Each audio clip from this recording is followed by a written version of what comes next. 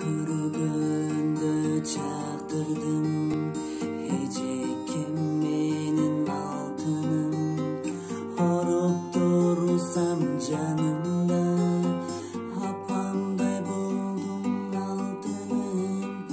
Таныбай туруп балам деп жүрөгүмө жактыңыз, сусаганга суусун деп акылыңызды айттыңыз.